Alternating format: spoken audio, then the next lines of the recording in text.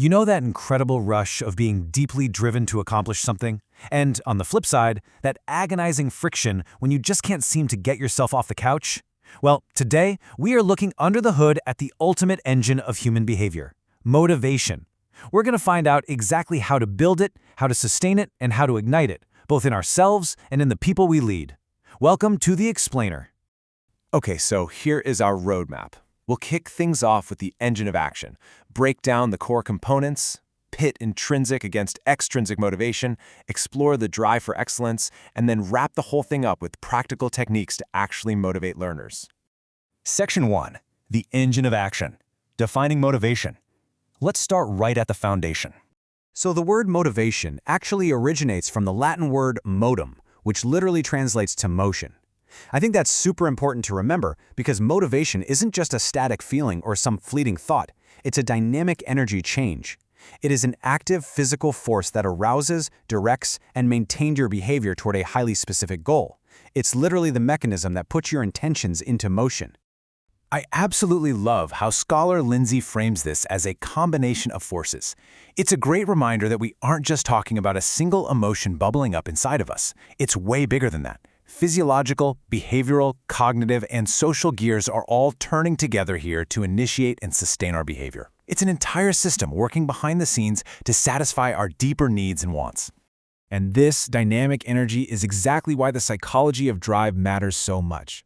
It's the vital spark that turns a passive observer into an active participant.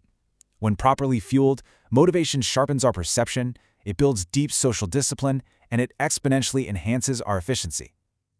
At its core, it's the fundamental mechanism that actually gets us across the finish line of our goals and elevates our overall standard of performance.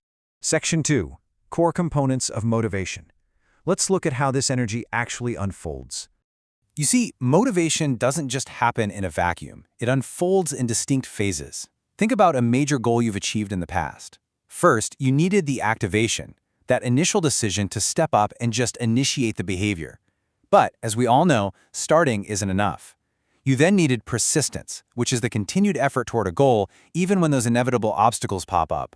Finally, to actually cross the finish line, you required intensity. You see this in the deep concentration and vigor that goes into relentlessly pursuing a target.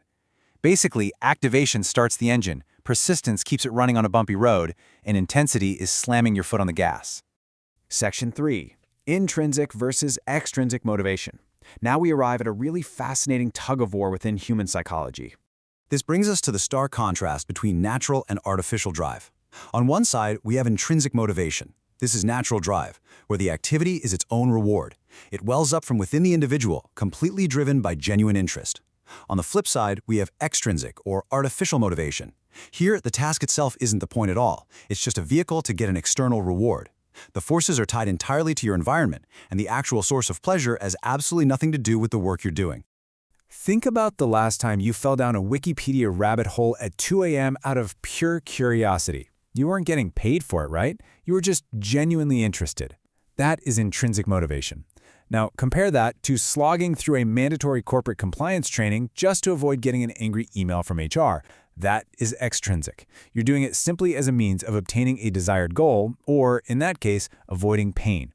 Understanding this difference is literally the skeleton key to decoding human behavior. Section 4. The drive for excellence. Achievement motivation. Let's step up to the absolute peak of motivational psychology. At the very top of the mountain is achievement motivation. This is defined as the exalted desire to accomplish difficult tasks. It's not just about getting something done or putting in the bare minimum. No way. It's an active, long-term war against a standard of excellence. It involves a really deep aspiration to achieve something unique and to involve yourself in long-term goals. But what's genuinely fascinating here is that nobody is born with this intense drive for excellence. It is entirely learned. It involves an exalted self-image and is heavily conditioned by our early social reinforcements and training. It's this complex, high-wire act where the deep need for success is constantly trying to balance against the terrifying urge to avoid failure. Ultimately, this specific drive is the direct outcome of the social learning we experience throughout our entire lives. Section 5. Techniques to motivate learners. Knowing all of this, how do we actually put it to use? Whether you're a teacher, a manager, or a mentor, structurally, you have to build a roadmap. Setting realistic expectations and introducing variety into your methods keeps the mind sharp and engaged. But more importantly, giving frequent, actionable feedback provides the exact fuel needed to sustain that persistence phase we talked about earlier. By meeting individual differences and organizing healthy competition, you give your learners a crystal-clear target and the actual tools to hit it. But here's the catch. Structural roadmaps fail completely without the right interpersonal environment. As a leader, you have to actively model enthusiasm. If you want to strengthen someone's self-motivation, you need to relate the subject matter directly to their real lives and give them a seat at the decision-making table. And crucially, this is a big one, you have to actively banish motivation killers like sarcasm, which will instantly drain the energy you've been working so hard to build.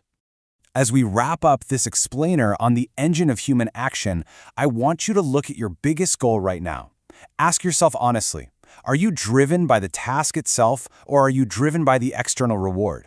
Take a minute to think about it, because mastering your own motivation starts with knowing exactly which engine is powering your car. See you next time.